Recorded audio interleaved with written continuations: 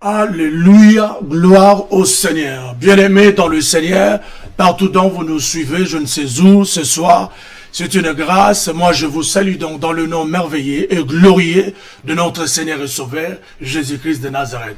Donc, je suis sur la chaîne EPV TV, de l'église également. EPV Église, c'est situé ici à Paris. C'est une église prophétique et apostolique. L'église est dirigée donc par mon ami et mon frère également, le pasteur Constant. Je m'en vais donc à saluer, à dire un grand merci parce qu'il a cru à notre ministère, il nous a donné cette faveur de pouvoir passer ce soir, partager quelque chose d'important que le Seigneur a réellement déposé dans nos cœurs. Donc je bénis la vie du pasteur Constant, qui est le responsable légal de l'église EPV, ici en France et surtout plus précisément à Paris. Je bénis donc son épouse également, Maman Nadine et tous les enfants. Que le Seigneur vous bénisse richement. Que Dieu vous bénisse. Donc je suis donc le pasteur William Timothée Fakamous, je viens de Londres. Et ce soir, dans ces studios de EPV TV, je ne suis pas seul.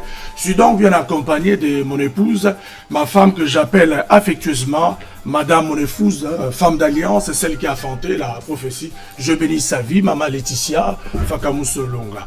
Donc je disais que le Seigneur nous a fait grâce de partager quelque chose que Dieu a déposé réellement dans mon cœur. C'est un fardeau que Dieu a déposé dans mon cœur. Et ces fardeaux, par la grâce du Seigneur, dans ma vie passée, je suis passé par ce chemin-là. Donc le Seigneur a permis ce soir que nous puissions être là, devant vos écrans, pour partager cette expérience merveilleuse de la part de Dieu. Cette expérience unique à son genre. C'est-à-dire, j'ai expérimenté la parole de Dieu dans ma vie et c'est pourquoi le Seigneur a déposé ça ce soir sur mon cœur. Donc, partout où vous êtes en train de nous suivre, vous remarquez que sur vos petits écrans, il est marqué « Briser la malédiction familiale ». Alléluia. C'est-à-dire, cette âme fait couler beaucoup d'encre. On parle de la malédiction ici, on parle de la malédiction là, et on parle de la malédiction en jaune, en bleu, en rouge. Moi, j'aimerais partager quelque chose d'important qui est vraiment dans la parole de Dieu. Amen. Donc, ça dit, nous allons prendre nos Bibles rapidement. Nous allons ouvrir nos Bibles dans le livre de Juges. Juges à partir du chapitre 1er, le chapitre 6 et le verset 1er. Donc, je vais lire le livre de Juges au chapitre 6, à partir du verset 1er jusqu'au verset 4. Après, nous allons sauter pour aller dans le verset 11. Je lis donc la parole au nom du Seigneur. Il est écrit ceci. Les enfants d'Israël firent ce qui déplaît à l'Éternel. Et l'Éternel livra entre les mains de Madian pendant 7 ans. Amen. La main de Madian fut puissante contre Israël. Et pour échapper à Madian, les enfants d'Israël s'est retirés dans le ravin de montagne, dans des cavernes et sur des rochers fortifiés. Le verset 3 dit ceci. Quand Israël avait sémé, Madian montait avec Amalek et les fils d'Orient, et il marchait contre lui. Le verset 4 dit ceci. Il campait en face de lui, et il détruisait la production du pays, jusqu'à vers Gaza, et ne laissait à Israël ni vivre, ni brebis, ni bœuf, ni âne. Parole du Seigneur. Je saute pour aller au verset 11. La parole continue en disant ceci, toujours dans le livre de Juges, chapitre 6, le verset 11 cette fois-ci. Puis vint l'ange de l'Éternel, et il assit sous le térébin d'Ophra qui appartenait à Joas, de la famille d'Abiézer. Gédéon son fils battait du froment au pressoir pour le mettre à l'abri des Madians. L'ange de l'Éternel lui apparut en lui disant, l'Éternel est avec toi, vaillant héros. Amen. Suivez-moi très attentivement. Et Gédéon va répondre maintenant à l'ange de l'Éternel. Gédéon lui dit, ah, mon Seigneur, si l'Éternel est avec nous, pourquoi toutes ces choses nous sont-elles arrivées? Une question encore. Où sont passés ces prodiges que nos pères nous racontaient quand ils disaient, l'Éternel nous a-t-il pas fait monter hors d'Égypte? Et maintenant l'Éternel nous livre entre les mains de Madian. Je continue au verset 14. L'Éternel se tourne encore vers Gédéon. Il tourne vers Gédéon lui disant, il lui dit, va avec la force, va avec cette force que tu as et délivre Israël de la main de Madian. N'est-ce pas moi qui t'envoie? Alléluia. Gédéon va dire encore à l'Éternel, il dit, ah mon Seigneur, avec quoi, lui dit Gédéon, je délivrerai Israël. Voici ma famille est la plus pauvre à Manassé. Et je suis le plus petit de la maison de mon père. L'Éternel lui dit encore, mais je serai avec toi. Et tu battras Madian comme un seul homme. Alléluia, parole du Seigneur. Nous voyons l'histoire de Gédéon. Son histoire est inclue dans l'histoire des enfants d'Israël. Pendant cette période, les enfants d'Israël, comme la Bible le souligne au verset 1er, ils ont fait quelque chose de mal, quelque chose de très mauvais, quelque chose d'interdit par l'Éternel Yahweh Elohim. Et par cette faute-là, grave, cette abomination devant Dieu, l'Éternel va soumettre tout son peuple sous la servitude de Madian. C'est-à-dire sous la servitude madianite. Et le peuple de Dieu va souffrir de telle sorte. Si vous réalisez encore le verset premier, vous allez voir la manière dont l'oppression a été sur les enfants d'Israël. L'oppression était tellement tenace et c'était intenable, insupportable, insurmontable pour les enfants d'Israël. Au point même, ils allaient habiter dans des cavernes fortifiées. Au point même, ils allaient se cacher dans des ravins de montagne.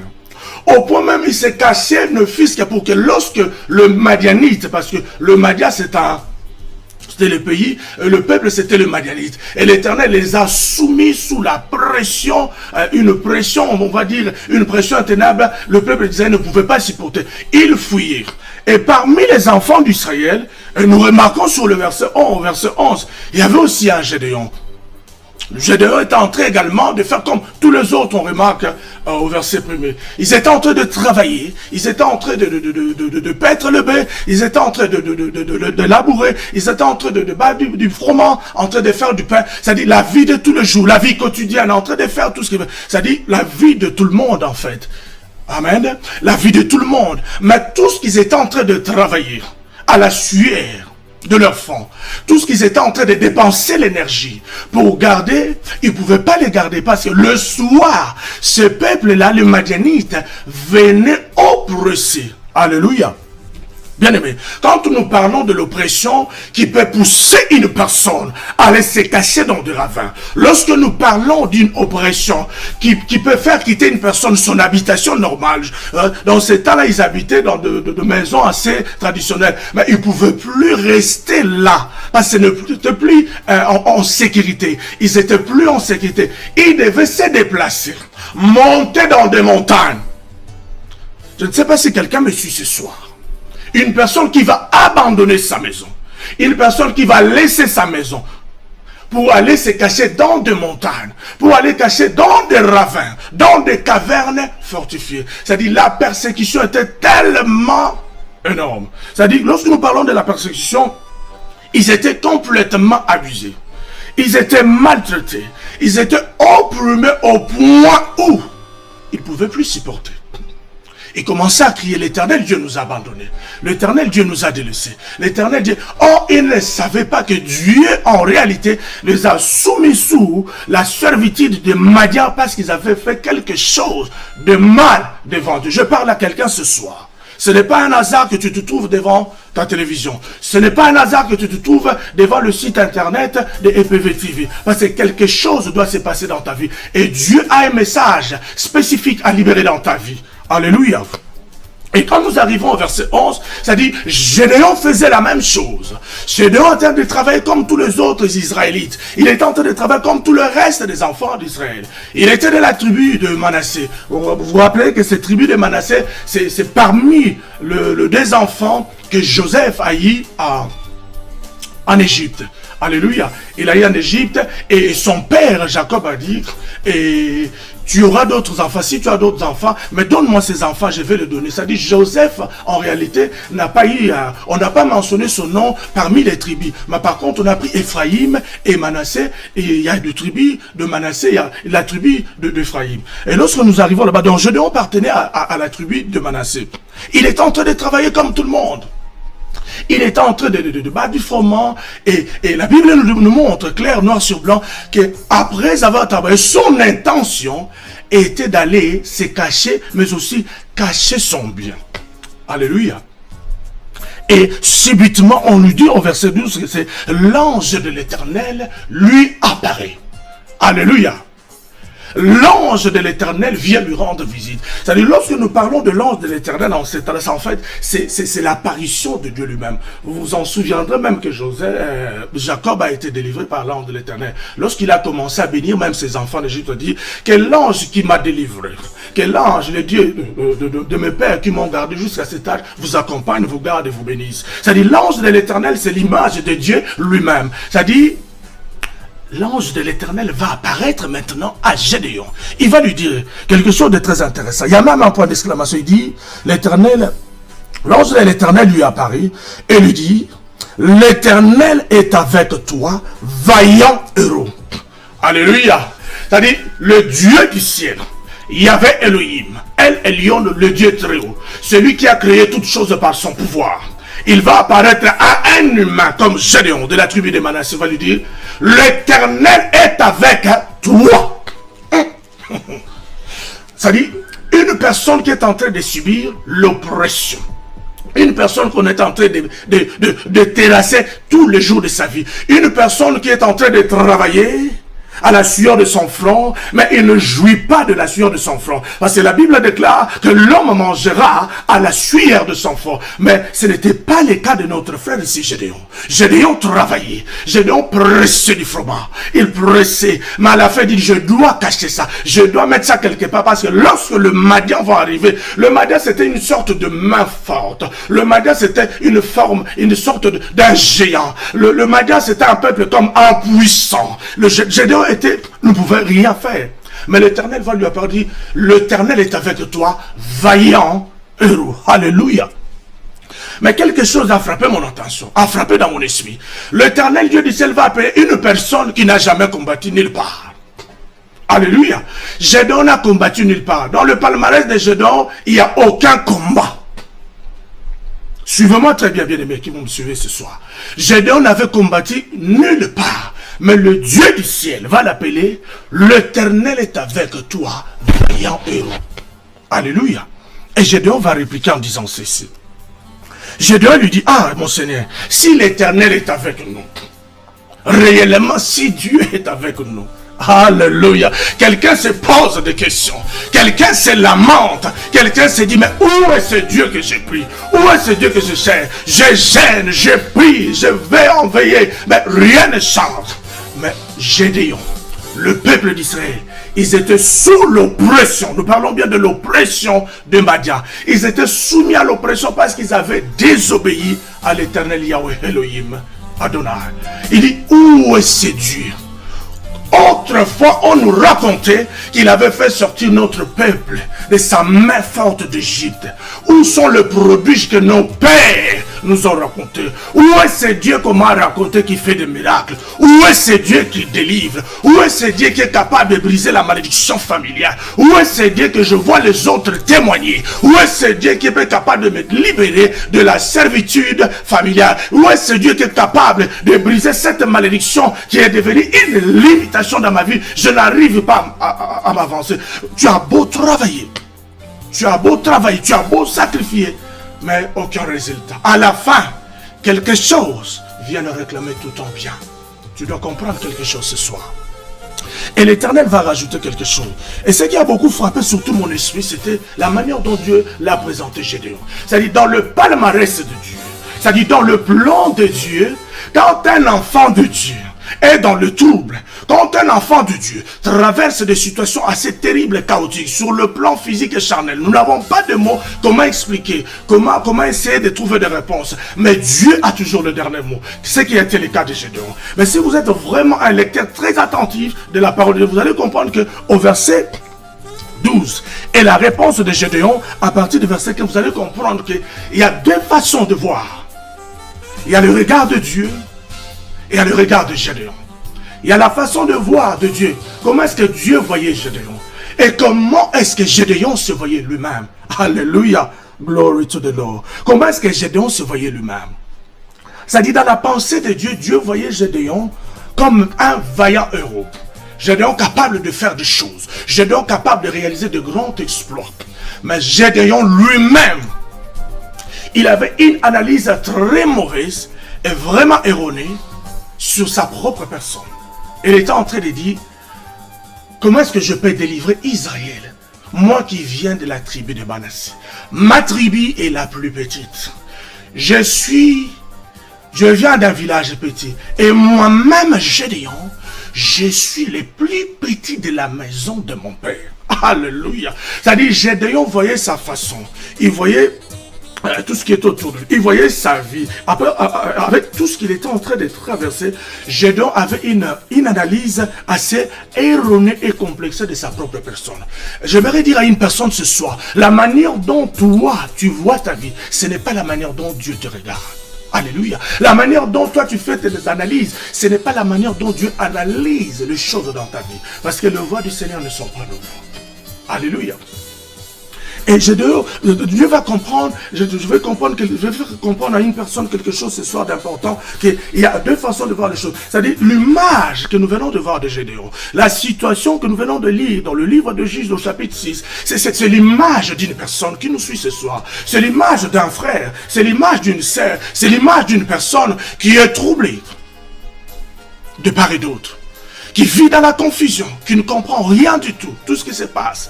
Il a beau être un enfant de Dieu, priant en langue, en esprit, mais rien ne se passe. C'est-à-dire, c'est l'image d'une personne qui peut sortir de sa maison. C'est l'image d'une personne, nous parlons bien de Gédéon. C'est-à-dire, si vous lisez bien l'histoire, et si vous allez comprendre, on dit que les enfants d'Israël, ils ont fait quelque chose que l'Éternel Dieu n'a pas apprécié. C'est-à-dire, ce n'était pas sur le plan personnel que Gédéon avait péché. C'est-à-dire, il y a quelque chose qui s'est passé. Les gens qui ont péché, les gens qui ont fait quelque chose d'abominable, que l'Éternel a soumettre tout un peuple sous l'oppression de Madian, cette personne était proche de Gédéon. Cette personne était liée à Gédéon d'une manière ou d'une autre. Au moyen de sang, un parent, nous allons voir dans la suite de la lecture, et c'est pourquoi l'Éternel va soumettre tout un peuple. Et lorsque nous allons comme ça, nous continuons, nous allons voir que la vie de Gédéon, c'est la vie d'une personne, comme je disais tout à l'heure. Une personne peut être là, un enfant de Dieu, en train de travailler, en train d'aller même à l'église, participer dans des veillées, travaillant, faisant tellement d'efforts. Alléluia. Mais sa vie n'arrive pas à avancer. C'est-à-dire une personne qui peut travailler du matin mais du soir. Il se demande, il y a même des gens à gauche à droite qui sont dans le magouille, qui sont pas honnêtes. Mais moi, Seigneur, je travaille. Toi, tu as dit que l'homme mangera la sueur de son front. Mais comment moi, je n'arrive pas à manger la sueur de mon front? C'est-à-dire la personne est troublée. La personne vit dans la confusion. La personne ne sait quoi faire exactement. Parce qu'il dit que la parole dit ceci. Mais moi, je suis en train de vivre le contraire de la parole. Je suis en train de vivre une phase assez mystérieuse de la parole. Je ne me jouis pas de la parole de Dieu. On m'appelle chrétien, on m'appelle serviteur. Ça peut être un homme de Dieu. Ça peut être, je ne sais pas qui, un frère ou une sœur qui nous suit ce soir par la télévision EPV TV ou par Internet. Ta vie, tu te poses des questions. Pourquoi cette situation est en train de durer dans ma vie? Pourquoi cette situation est en train de me troubler? Ça ne prend pas fin dans ma vie. Amen. Parce que Gédéon ne connaissait pas son identité. C'est-à-dire, il y a quelque chose de très important à attirer mon attention. C'est-à-dire, Dieu, dans son amour, bien qu'il ait amour, Dieu ne peut pas venir en aide à une personne si toi tu ne cries pas auprès de Dieu. C'est-à-dire, en d'autres termes, je vais dire à une personne ce soir, la prise de conscience de la situation que tu es en train de traverser. Je parle à un enfant de Dieu. Je parle à un enfant de Dieu opprimé. Je parle à un enfant de Dieu qui est terrassé. Je parle à un enfant de Dieu qui vit dans la confusion. Je parle à un enfant de Dieu qui est troublé. Je parle à un enfant de Dieu qui n'a plus de réponse. Or, la réponse est dans la Bible. c'est la parole immuable, infaillible. C'est-à-dire, je parle à cette personne-là. C'est-à-dire, si tu ne prends pas la conscience de la situation que tu es en train de traverser, rien ne va marcher. Rien ne va changer. L'Éternel Dieu, créateur du ciel et de la terre, dans sa souveraineté, n'est pas un dictateur. C'est-à-dire, quand je lisais la parole de quelque chose a tapé mon esprit. Dans le même livre de Juges, au chapitre 6, et à partir du verset 6 également, la Bible déclare, Israël fut très malheureux à cause de Madian. Et les enfants d'Israël crièrent à l'Éternel. Alléluia. C'est-à-dire, les enfants d'Israël, ils ont constaté leur situation très malheureuse, vivant dans des cavernes. Bien, mais je ne sais pas si vous pouvez imaginer une personne qui abandonne sa maison pour aller vivre dans des cavernes. C'est-à-dire ta propre maison. Tu es ici, tu ne sais pas, en France, à Londres, en Amérique ou au Canada. Tu as une maison, mais ta propre maison que tu as conçue, tu ne vis pas en paix. Tu as abandonné ta maison parce que tu es troublé dans ta propre maison. Il se passe tellement de choses dans ta maison. Tu es au salon, il y a des choses qui bougent dans la cuisine. Tu as fui ta propre maison parce que tu ne peux pas contrôler ce qui se passe dans ta maison. Mais tu es un enfant de Dieu, tu n'es pas un païen. Tu as fui ta propre maison parce que tu es tourmenté dans ta maison. Tu es maltraité dans ta maison. Tu es mal à l'aise dans ta maison. Tu vis dans la confusion dans ta maison. Les enfants d'Israël, nous voyons dans le verset 6, il dit, ils prirent connaissance de leur situation. Ils crièrent à l'Éternel. Donc ce soir, je suis venu exhorter une personne. Je suis venu encourager une personne de crier à l'Éternel. Crie à l'Éternel. D'où viendra ton secours? Le secours ne vient que de la montagne de Dieu.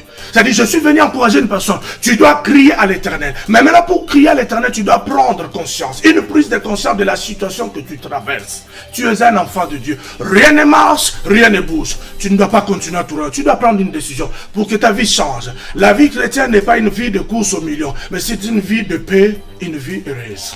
Alléluia. Une vie de stabilité. Une vie, tu joues avec le Seigneur. Le Seigneur ne nous a pas appelés à être malheureux. Le Seigneur ne nous a pas appelés à être des forcing. Le Seigneur ne nous a pas appelés également à courir après des millions. David pouvait prier. Seigneur, donne-moi ce que je peux. Mais si jamais tu ne me donnais pas, si je manquais, je serais peut-être poussé à te maudire, à te manquer. Mais donne-moi ce qui me convient. C'est-à-dire, une personne est en train de pleurer, de crier ce soir. Et je m'aimerais encourager cette personne. Je disais, deux façons de voir les choses. L'Éternel a vu Gédéon comme un vaillant héros. Et Gédéon, ne connaissant pas son identité. Gédéon, ignorant qu'en lui, il y a la victoire. Gédéon, en ignorant en lui qu'il c'est un champion. Gédéon, ignorant qu'en lui, c'est un conquérant, c'est un vaillant héros. Pendant qu'il n'avait pas encore combattu nulle part. Gédéon, mais l'Éternel, le Dieu du ciel, l'a appelé vaillant héros. Bien aimé, quelque chose de merveilleux, quelque chose d'encourageant ce soir. Toi qui traverses des situations difficiles et chaotiques, toi qui es chrétien, dans la vie, rien ne marche. Bien aimé, je connais un frère. Un frère qui était dans presque la même situation que Gédéon. Né dans une famille de 10 enfants, il est le 9e de la famille. Personne ne pouvait se marier dans la famille. De beaux garçons par la grâce du Seigneur, de belles filles par la grâce du Seigneur. Tous, ils ont été à l'école, à l'université, vraiment intelligents. Et ils ne pouvaient pas se marier. Pas un bon boulot, pas un bon travail, pas un mariage. C'est-à-dire, ils marchaient dans l'honnêteté, priant comme tous les enfants de Dieu. Mais rien ne marchait. Les deux aînés qui étaient mariés, il y en a une malheureusement, le mariage, ça n'a pas marché. La deuxième, le mariage, à un moment donné, ça n'a pas marché. Et, par la grâce du Seigneur, il a découvert également le Seigneur. Il est allé en profondeur, comme disent les autres. Et l'Éternel a sauvé son mariage. Et le 9e de la famille, il a commencé à prendre conscience de tout ce qui s'est passé autour de lui. On regarde à gauche, les gens se marient. On regarde à droite, les gens se marient. Même les païens, nous ne sommes pas jaloux contre. Nous ne sommes pas jaloux. Nous ne sommes pas contre eux. Mais il dit, moi, enfant de Dieu, qu'est-ce qui se passe dans ma vie? Pourquoi toutes ces choses? Pourquoi rien ne marche? C'est-à-dire, le mariage pour eux, c'était mission impossible. Le travail pour eux, c'était mission impossible. La stabilité, la joie, c'était impensable dans leur vie. Ils commençaient à se poser des questions. Et il y a quelque chose qui a tapé dans mon esprit. Lorsque nous lisons le même livre au chapitre 25, au verset 25, pardon, et Dieu va montrer à Gédéon. Quand vous lisez, c'est une belle histoire. Prenez le temps de le lire, c'est toute une histoire qui peut instruire une personne ce soir. Vous le lisez, quand vous arriverez au verset 25, vous allez comprendre que l'Éternel Dieu est revenu ce soir, l'ange de l'Éternel, pour révéler à Gédéon que l'interdit, en fait, l'abomination, ce qu'ils avaient fait de mauvais dans leur maison, c'était le père biologique propre de Gédéon qui avait caché dans sa chambre à coucher un faux Dieu, un Baal. Il avait un hôtel dans sa maison, un hôtel de faux dieux, un hôtel d'abomination, un hôtel comme on dit en lingala de Binzambe. Or, en réalité, Dieu, quand vous lisez l'histoire du peuple d'Israël, vous allez comprendre que Dieu, à chaque livre d'Exode, en remontant le nombre, Lévitique, tout ça, l'Éternel est en train de le rappeler toujours. Je chasse ce peuple devant vous parce que c'est un peuple païen qui adore de faux dieux. Et quand vous rentrerez là-bas, ne faites pas pareil comme eux. Ne faites pas comme ces gens-là. N'allez pas adorer les faux dieux. N'allez pas vous incliner ces faux dieux. N'est-ce pas que nombre d'entre vous, nous avons laissé le Congo. Nous sommes venus ici en Europe, au Canada, aux États-Unis, en Australie. C'est-à-dire nous avons abandonné peut-être le faux dieu. Si c'est le cas pour vous ce soir, bien-aimés, la Bible vous appelle. Non, moi. Parce que je n'ai pas ce pouvoir ni l'autorité, mais la parole de Dieu vous appelle à la repentance. Parce que quelque chose ne va pas. Tu pries avec ferveur, tu pries avec ténacité, tu pries avec foi, tu allumes le feu, mais tu arrives à un effort, tu es devenu tiède. Or, Dieu n'aime pas les tièdes. Si c'est ton cas que tu as abandonné le vrai Dieu, le véritable Dieu auquel tu as fait l'alliance, le Congo, pour arriver en Europe, il est temps de retourner auprès de Dieu au moyen de la repentance véritable et sincère, et Dieu va vous visiter. Alléluia. Dieu va révéler à Gédéon que c'est ton père qui est à la base de votre malheur. Bien aimé, et quelque chose a tapé dans mon esprit. L'Éternel Dieu des armées. Écoutez-moi très bien. Parce que l'Éternel voulait libérer ses peuples. C'est-à-dire, dans une nation, Dieu choisit un pays. Un peuple. Et dans ces peuples-là, Dieu choisit une tribu. Et dans une tribu, Dieu choisit une personne. C'est ce qui a été le cas de ce frère que je suis en train de parler. Né dans une famille de 10 enfants. C'est-à-dire, dans leur famille. Alléluia. Dans leur tribu, dans leur famille, Dieu s'est choisi ce frère-là qui est en train de crier, qui est en train de pleurer. Dieu, pourquoi nous n'avons pas le mariage? Pourquoi tu as dit qu'il n'est pas bon que l'homme soit seul? Mais nous, on est là, on ne se marie pas. Il s'est posé des questions, il s'est lamenté. De ça dit, de la même manière que les enfants d'Israël, au verset 6, ont pris conscience, en criant à l'Éternel, oh Éternel, sauve-nous. Éternel, délivre-nous. Nous sommes malheureux à cause de Madia. Eh bien, l'Éternel va se choisir parce que c'est sa souveraineté, il va choisir Gédéon. Je ne sais pas ce soir, toi qui me suis, ce soir, si l'Éternel te choisit, je ne sais pas. Si l'Éternel choisit un frère dans ta famille, je ne sais pas. Mais au moins, ce qui est sûr ce soir, le message de ce soir concerne ta vie. Le message de ce soir concerne ta famille. Et le frère est en train de poser des questions, en train de crier comme ces gens-là. C'est-à-dire, j'ai compris une chose, que l'Éternel Dieu, quand il veut délivrer une personne, une nation, un peuple, Dieu ne se révèle jamais chez une personne immature. Suis-moi très bien, bien-aimé. Dieu ne se révèle jamais sur une personne immature. Pourquoi? Parce que la personne immature peut capoter la délivrance de Dieu. C'est-à-dire, Dieu se révèle chez une personne mature, posée, sachant comment discerner le langage de Dieu. Ce qui était le cas des autres. Parce que dans le domaine de la délivrance, il y a une confusion qui se passe. On aime toujours accuser, pointer du doigt. Mais je peux vous dire, dans nos familles, l'héritage que nous avons comme étant des Africains, la plupart, si nous rentrons là-bas, vous allez comprendre que l'héritage, c'est souvent la sorcellerie ou le fétichisme. Mais lorsque l'Éternel vient te visiter pour délivrer ta famille, pour délivrer ta vie, il n'est pas important de commencer à montrer, à mon pointer du doigt, c'est ma tante, c'est mon père, c'est ma mère. Ça n'a pas d'importance. Parce qu'au fur et à mesure, tu vas continuer dans cet élan-là, tu vas créer de disputes, tu vas créer la confusion, et l'Éternel Dieu ne pourra pas te libérer. C'est pourquoi Dieu donne la révélation pour délivrer une personne à une personne qui a la maturité, la message de la matière de Dieu pour pouvoir délivrer sa famille dans la sagesse. Ce qui a été le cas de Gédéon. Et lorsque Dieu lui a révélé cet hôtel de Baal, il se réveille le matin et dit non, je ne vais pas les détruire le matin, la journée. Sinon tout le monde, ils vont me voir. Je viendrai le soir. Même mon père ne saura pas. Je vais détruire, renverser cet hôtel-là pour que mon peuple puisse être libéré sous l'oppression madianite. Il faut noter bien, il y a une différence entre l'oppression démoniaque, satanique et l'épreuve de Dieu. C'est-à-dire l'oppression ne vient que du diable. Alléluia. Et derrière l'oppression, il y a l'esprit d'asservir. Il y a l'esprit de détruire. C'est animé avec l'esprit de la haine. Mais l'épreuve ne vient que de Dieu. Pour un enfant de Dieu, c'est-à-dire Dieu veut te tester, Dieu veut te former, Dieu veut te nettoyer, Dieu veut te faire passer par le feu et il te donnera la force nécessaire de pouvoir bien supporter et de traverser pour pouvoir être assis sur la montagne. Alléluia. C'est-à-dire, ses frères, je reviens sur ses frères de 10 enfants dans sa famille. Il était en train de crier. Il était en train de pleurer pour le mariage, pour la stabilité familiale. Rien ne marche. Mais le jour où il a compris, il a pris conscience, il a crié à l'Éternel, Dieu des armées. Il n'était pas de son choix de dire que moi je suis le choix de Dieu, mais Dieu l'a choisi. Parce que ce frère, il est devenu chrétien via son grand frère qui est pasteur, qui l'a mené dans les choses de Dieu. Mais son grand frère pasteur là, il n'était pas encore marié. Tu vois comment est-ce que Dieu travaille avec les choses? C'est un Dieu souverain. Et le frère, lorsqu'il a crié, il a commencé à crier, il a commencé à pleurer, l'Éternel commence à visiter les frères. L'Éternel commence à lui révéler les choses. Comment est-ce que la famille était condamnée? Comment est-ce que le mariage était vendu depuis les ancêtres au village? Comment est-ce que les gens ne pouvaient pas avancer? Et un jour, le frère est en train de préparer le mariage. Il voit 2 lions en train de le suivre. Et pendant qu'il était en train de courir, il voit un autre lion s'ajouter. Il se devient maintenant 3 lions. Il restait 2 lions. En fait, c'était 2 lions, 2 jeunes lions côté, un gros lion au milieu. Et le frère courait dans la savane. Il arrive à un moment donné, il se retrouve comme dans des ravins de montagne. C'est-à-dire de la même manière que les enfants d'Israël fouillaient dans des ravins de montagne. Le frère se retrouve là. Et il va essayer de regarder en bas. Le frère trébuche. Il s'accroche et dit, oh mon Dieu, ne m'abandonne pas. Le gros lion vient devant sa face. Il s'impose devant sa face pendant que le frère était accroché aux parois du ravin de la montagne. Et les 2 autres jeunes lions sont descendus de part et d'autre. Ils entendaient si les frères, par mégarde, tombaient dans le ravin, ils pouvaient les récupérer. Mais le frère leva la main droite et disait, oh éternel Dieu, ne m'abandonne pas.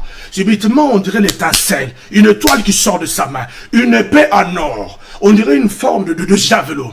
Il va pointer le lion, il va poignarder le lion et le lion là va tomber. Pouf! Et le lion est tombé. Lorsque le lion est tombé, le frère est sorti et il a commencé à avoir des révélations de mariage et tout. Et il a crié, il a pris conscience de sa situation. Il a pris conscience de la situation familiale. Il a pris conscience de ce qui les dérangeait. Et pendant qu'il sortait, il a commencé à courir. Il va voir encore un autre rêve. Il est en train de récupérer ses habits. Il est en train de récupérer des habits, on dirait des habits de fête dans la maison familiale. La maison, ils sont nés, ils sont grandis. Une forme de prison, peut-être on aura l'occasion de revenir sur ça. C'est-à-dire, ce soir, j'aimerais dire à une personne que ce n'est pas par hasard. Tu dois prendre conscience de ta situation. Tu dois prendre conscience de ce qui dérange ta vie. Tu dois prendre conscience de ce qui bloque votre famille. Mais pour que l'Éternel se révèle en toi, tu dois avoir de la maturité. Comment gérer la situation, comment délivrer la famille. C'est-à-dire, ce soir, une personne peut être localisée comme Gédéon. Ce soir, une personne dans le plan de Dieu peut être placée comme briseur de la malédiction. Tu peux devenir le casseur de la malédiction de votre famille. Ce soir, par la puissance de la parole de Dieu, tu peux casser la malédiction familiale. Je ne sais pas qu'est-ce qui te dérange ce soir. Je ne sais pas qu'est-ce qui te met dans la confusion. Je ne sais pas qu'est-ce qui t'oppresse ce soir. Tu pleures, tu te lamentes comme Gédéon. Tu pleures, tu te lamentes comme Gédéon. Tu fuis dans des ravins comme les enfants d'Israël. Tu fuis dans des cavernes fortifiées comme eux. Tu gagnes ton argent, tu vas les cacher je ne sais où. Mais à la fin du mois, l'argent part, tu ne sais comment expliquer. Il y a quelque chose qui ne va pas. C'est-à-dire, en tant qu'enfant de Dieu, tu dois prendre conscience ce soir. Et sous l'autorité de la parole de Dieu, sous la puissance suprême du Saint-Esprit, quelque chose doit se passer ce soir. Tu dois briser la malédiction là. Cette malédiction là, cette image de cet hôtel démoniaque, cette image d'hôtel satanique qui bloque vos familles, qui dirige vos vies, qui contrôle, qui a mis une limitation dans vos vies. Parce que l'hôtel là, c'était ça le problème familial. L'hôtel là, c'était ça l'interdit. C'était ça qui bloquait les enfants de Dieu. Mais ce soir, je suis devenu dire à une personne, je suis venu dire à une personne que tu es capable avec le Seigneur. Tu peux briser la malédiction. Tu peux briser cet hôtel. Ça peut être un hôtel qui bloque votre main. Ça peut être un géant. Ça peut être un surveillant spirituel, satanique et diabolique qui surveille vos vies. Tu fais un geste. Tu essaies d'emmagasiner, de mettre quelque chose. Les choses disparaissent. Comme par enchantement. Mais ce soir, avec le nom de l'Éternel, Dieu est capable de briser la malédiction. J'aimerais parler à une personne ce soir. Si tu as conscience que réellement tu as abandonné Dieu, si tu as conscience réellement que tu as laissé Dieu depuis que tu es en Europe, si tu as conscience que ta vie ne tourne pas en rond parce que tu as abandonné Dieu, repentance ce soir, retourne auprès du Seigneur.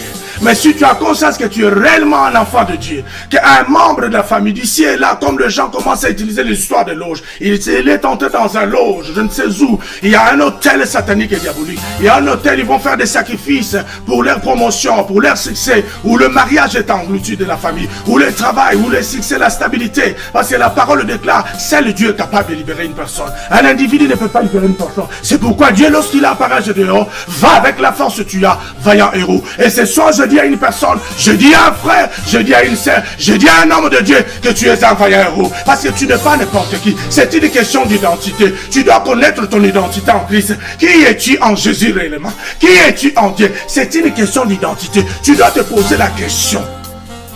Qui suis-je? Alléluia. Moi, je me définis comme étant un enfant de Dieu.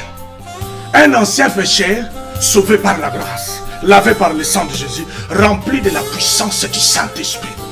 Alléluia. Et la deuxième question que tu dois te poser ce soir, tu dois te poser en disant, de quoi suis-je capable avec ce Dieu qui a délivré Gédéon? C'est une question de potentialité. C'est-à-dire, qu'est-ce qui est en toi? De quoi suis-je capable avec Dieu? C'est-à-dire, si tu es capable de répondre à ces deux questions, question d'identité, qui tu es devant Dieu? Et de quoi es-tu capable avec l'Éternel des armées? Tu es un homme heureux. C'est-à-dire, Paul pouvait dire, je paie tout par la force de celui qui me fortifie. Et ce soir, quelque chose doit se passer dans ta vie. De la même manière que l'ange de l'Éternel a apparu à Gédéon pour libérer sa famille. Je ne sais pas ton problème. Je ne sais pas quel est cet hôtel dans votre famille. Mais ce soir, si Dieu a placé ce message comme un fardeau sur mon hôtel, parce que la vie de quelqu'un est enchaînée, la vie de quelqu'un est limitée, la vie de quelqu'un est bloquée. Mais ce soir, je viens sous l'autorité de la parole de Dieu, sous l'autorité du nom de Jésus et sous la puissance suprême du Saint-Esprit. Peu importe les hôtels sataniques et diaboliques de ta famille, peu importe les hôtels qui bloquent vos mariages, peu importe les hôtels qui contrôlent vos vies, mais ce soir, je déclare comme l'homme de Dieu, la bouche autorisée, sous l'autorité de la parole, que ces hôtels sataniques de vos familles, qui viennent du côté de votre père, qui viennent du côté de votre mère, je les brise ce soir, au nom puissant de Jésus-Christ. Je ne sais pas ton problème ce soir. Ça peut être un géant, ça peut être un surveillant qui te surveille, qui te contrôle. Mais ce soir, je lève ma main vers le ciel et je déclare que toute personne qui est au contact de cette émission, en train de suivre l'émission, peu importe les limitations qu'ils avaient mis dans sa vie, peu importe le blocage qu'ils avaient mis dans sa vie, puisque c'est un enfant de Dieu, de la même manière que tu as opéré dans la vie de Gédéon, Éternel des armées, tu es capable d'opérer ce soir. Et je déclare ce soir, dans ta vie, que tout hôtel diabolique et satanique, que tout hôtel maléfique soit brisé dans le nom puissant de Jésus. Je brise tous les hôtels maléfiques de votre famille, dans le nom de Jésus. Si c'est un géant, un homme fort qui s'oppose, qui contrôle vos vies, qui limite vos vies, tu travailles au Tarakolela, pas si aux Olela, Bicolonios aux Olela, mais il y a une solution près de Dieu. Mais ce soir, peu importe cet homme, que ça soit un homme fort, que ça soit une femme forte, que ça soit un enfant fort dans la société, que cet homme tombe ce soir dans le nom puissant de Jésus-Christ de Nazareth. Quel est cet hôtel que Dieu n'est pas capable de détruire? S'il a détruit l'hôtel satanique que le père de Gédéon avait bâti, il est capable de détruire l'hôtel dans ta vie.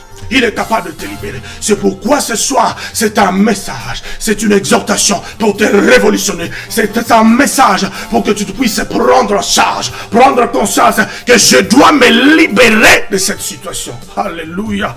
Glory to the Lord. Tu dois te libérer. Et ces frères dont je parlais tout à l'heure n'est autre que les frères qui vous prêchent ce soir, par la grâce du Seigneur.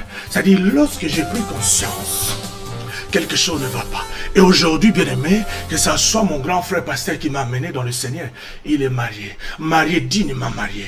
Et mon petit frère est marié, mes nièces se marient, mes neveux se marient. C'est-à-dire, de la même manière que Dieu m'a délivré au niveau du mariage, je me suis marié. Et de la même manière que Dieu m'a délivré au niveau du travail, je me rappelle quand encore je suis arrivé à Londres, parlant même pas un monde anglais. J'arrive comme ça précisément au même si vous avez. Quand la grâce de Dieu te localise, que la grâce de Yehoshua te localise ce soir, que la grâce de Elohim te localise ce soir, que la main puissante de Yahweh Elohim te localise et te repère ce soir, et que tout blocage dans ta vie tombe proclame ce soir que toute forme et sorte de malédiction familiale, de génération en génération, qui contrôle ta vie. Tu as abandonné tout, tu as abandonné le monde, mais tu n'arrives pas à émerger parce qu'il y a quelque chose qui ne va pas.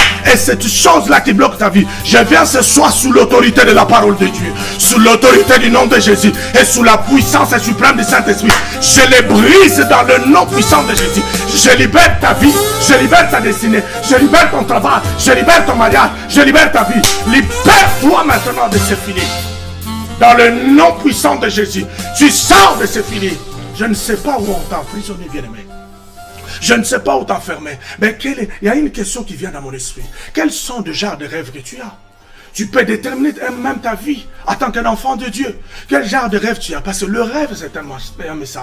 Dieu parle tantôt d'une manière, tantôt d'une autre. Et c'est dans un sommeil profond que l'Éternel nous parle. C'est-à-dire, je ne sais pas quel genre de rêve tu as vu. Tu te vois en train d'être poursuivi par des lions, par des lions. Je ne sais pas quel genre. Tu te vois sous le... Je ne sais pas. Le rêve que tu as toutes les nuits. C'est ces rêves-là qui vont déterminer réellement la position. Question d'identité, bien-aimé.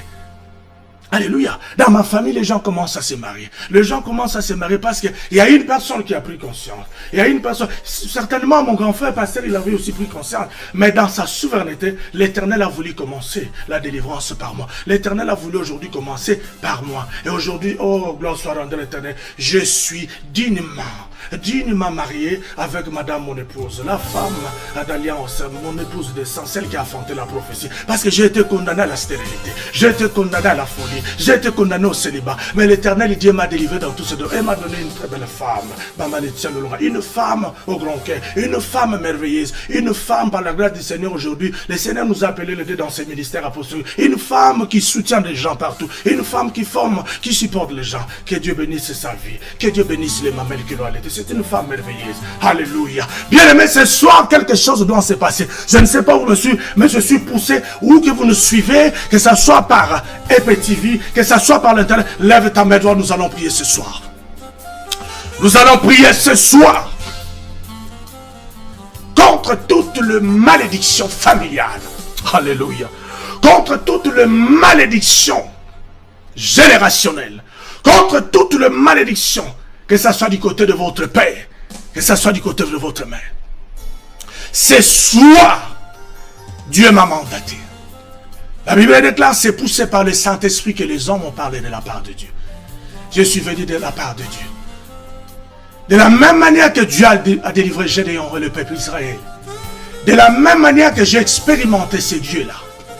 Dans le domaine du mariage, le célibat est tombé. De la même manière que j'ai expérimenté ces dieux-là. Au niveau du travail, le chômage est tombé. De la même manière que ce Dieu-là m'a délivré du monde, le monde est tombé. De la même manière que ce Dieu-là m'a délivré de la folie,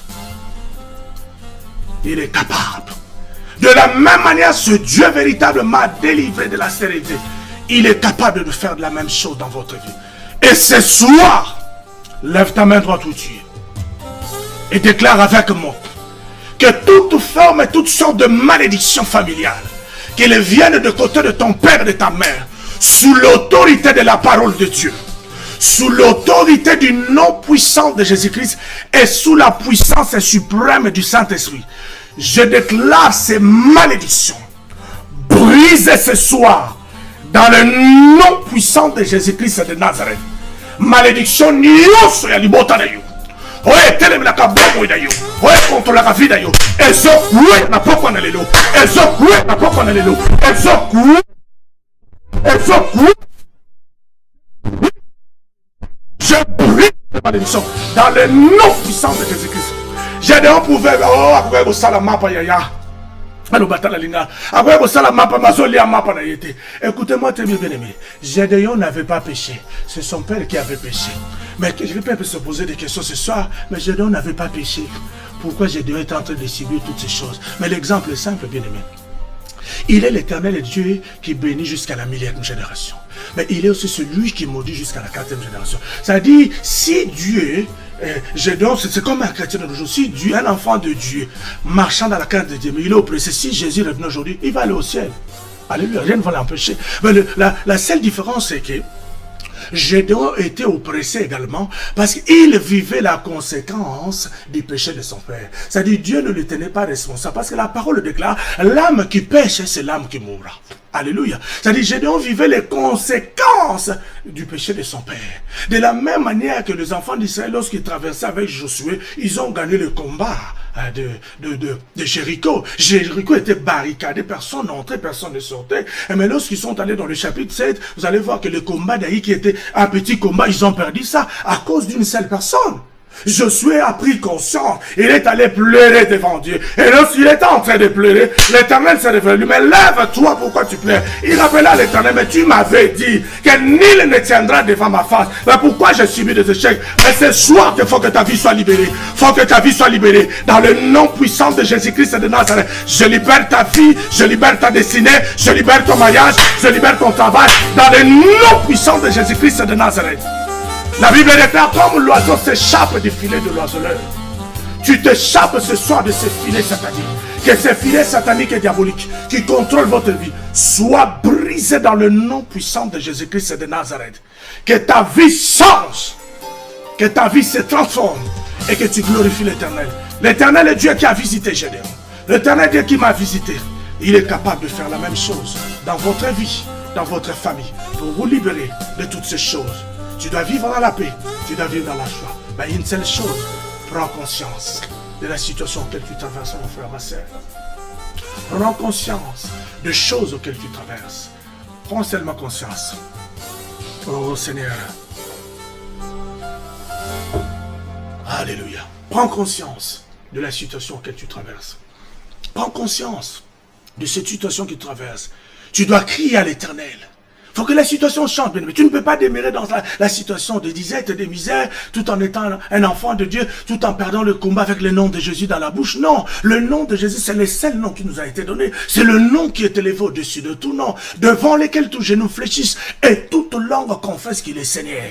Alléluia. Mais tu peux perdre la bataille quand tu ne comprends pas encore la chose qui bloque ta vie, la chose qui contrôle votre famille, la chose qui vous limite. Tu dois crier à l'Éternel. Lorsque tu prendras conscience, c'est le début de la délivrance. Lorsque tu crieras à l'Éternel, l'Éternel Dieu se révélera à toi. Crier en d'autres termes, ça signifie seulement prie, demande auprès de l'Éternel. Il dit invoque-moi, je vous répondrai. Je vous montrerai des choses cachées.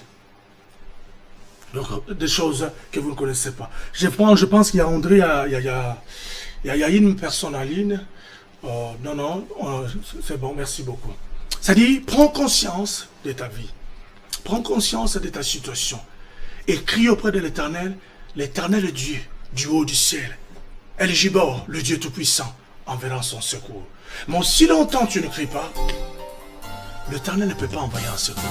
Crie auprès de Dieu, il enverra un secours. De partout que vous avez suivi, la vie de Gédéon, c'est la vie d'un enfant de Dieu. La vie comme un chrétien, de tous les jours, de chaque jour. Si tu t'es retrouvé dans ces messages, bien-aimé, contacte le studio EPV TV, le pasteur Constant, il peut vous envoyer cela. Vous pouvez prier l'Éternel Dieu pour vous donner encore d'autres directives, je ne sais pas, parce qu'il est souverain. Il fait ce qu'il veut, moi je ne peux pas imposer. Mais si vous êtes concerné dans ces messages, mais j'aimerais seulement, j'insiste, prends conscience. Parce que l'Éternel veut réellement faire du bien. Comme il a fait du bien à Gédéon, comme il m'avait fait du bien. Et sûrement j'ose croire ce soir qu'il a fait du bien à une personne, à une famille qui nous suivait ce soir, à un frère, à une sœur. Prends conscience et demande à ce que l'Éternel puisse se manifester. Contacte le studio EPV TV. Le pasteur Constant pourra vous envoyer, je ne sais pas comment est-ce que le pasteur Constant fonctionne, mais vous pouvez vous retrouver, prier, demander au Seigneur que l'Éternel vous fasse beaucoup de bien. Donc je pense que je suis presque arrivé vraiment à la fin ce soir. Je m'en vais réellement remercier encore une fois de plus le pasteur Constant et sa femme, son épouse, à maman Nadine, qui est en vacances avec les enfants en Suisse. Nous saluons, nous bénissons leur lui. Et merci pour la vie de l'homme de Dieu. Je bénis également toute la famille chrétienne qui nous a suivis ce soir. Même une personne qui n'était pas chrétienne nous a suivis, l'avait déjà abandonné. Lui, ce n'est pas peut-être l'oppression, lui, c'est peut-être parce qu'il a abandonné Dieu. et revenez auprès de Dieu au moyen de la repentance, comme l'enfant prodigue. Une repentance sincère et honnête, Dieu se fera un grand plaisir de vous faire beaucoup du bien. Donc s'il y a une personne également qui nous a suivi, qui n'est pas un enfant de Dieu, j'aimerais qu'il nous suive dans cette petite prière, avant que nous puissions rendre l'antenne à notre pasteur Constant. Fermez vos yeux et vous êtes vraiment poussé à recevoir Christ dans votre cœur. Nous allons faire cette petite prière d'acceptance. Nous allons prier. Éternel mon Dieu, merci. Tout au long de ma vie, j'ai conduit ma vie tout seul. Je fais ce qui était mal à tes yeux. J'ai conduit ma vie par mes propres sens. Mais aujourd'hui, j'ai écouté ton message, j'ai compris, je veux réellement et tout abandonné. C'est pourquoi je viens auprès de toi, je te demande pardon pour toutes mes fautes, pour toutes mes erreurs. Et j'abandonne, je te demande pardonne-moi. Et je plaide le sang, que le sang de Jésus me lave, me purifie. Je veux t'accepter comme mon Seigneur et mon Sauveur dans mon cœur. Sois mon Sauveur et mon Seigneur. Je vais te suivre, mais aussi te servir toute ma vie. Au nom de Jésus-Christ. Amen. T'as dit bien-aimé, que le Seigneur vous bénisse abondamment partout où vous nous avez suivis. Si le Seigneur nous fait encore grâce, comme il a fait grâce aujourd'hui, en passant par son serviteur, nous reviendrons peut-être encore.